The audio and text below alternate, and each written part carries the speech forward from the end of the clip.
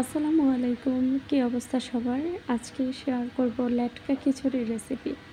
তো প্রথমেই আমরা আজকে একটি তরমুজ কিনেছিলাম মাত্র ৳৬০ দিয়ে। তরমুজটি অনেক ভালো ছিল। তাই ভাবলাম আপনাদের সাথে শেয়ার করি। এই যে দেখতে পাচ্ছেন, তরমুজ খেতে অনেক মজা হয়েছিল। এই যে আমরা খেয়ে সব শেষ করে দিয়েছি। এখন একটি পাতিলে চাল ডাল ধুয়ে আমি পরিমাণ মতো পানি দিয়ে বসিয়ে নিয়েছি। তার মধ্যে দিয়ে দেব গরম মসলা, দিয়ে দেব রসুন বাটা, আদা বাটা করে পেঁয়াজ বাটা, তারপর কয়েকটা কাঁচামরিচ, ১ চা চামচ মরিচের গুঁড়া, হাফ চা চামচ হলুদের গুঁড়া, হাফ চা চামচ ধনিয়ার গুঁড়া, হাফ চা চামচ জিরার গুঁড়া, স্বাদ মতো লবণ আর পরিমাণ মতো তেল দিয়ে নেব।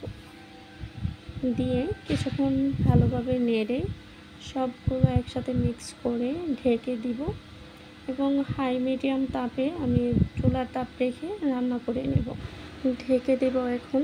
ঢেকে দিয়ে আমি ফ্রিজে রাখা গরুর গোশত আমি পানিতে ভিজিয়ে রাখবো। এই যে দেখতে পাচ্ছেন গরুর গোশত আগে থেকে রান্না ছিল। এই যে এখানে আমার খিচুড়ি হচ্ছে, এখন বলক চলে এসেছে আর কিছুক্ষণ পর হয়ে যাবে। আমি ঢাকনা উঠিয়ে নেড়ে দেখছি যে চাল ডাল কতটুকু হয়েছে সেটা চেক করে নিচ্ছি। খিচুড়ি অলমোস্ট হয়ে গিয়েছে, এজন্য আমি একটি কড়াইয়ে গরুর গোশত গরম করে নিচ্ছি। সেজন্য আমি একটি কড়াই দিয়ে দিয়েছি। এই যে দেখতে পাচ্ছেন আমার লেটকা খিচুড়ি হয়ে গিয়েছে। খেতে খুবই মজা হয়েছিল। এই যে দেখতে পাচ্ছেন গরুর গোশত গরম হয়ে গিয়েছে।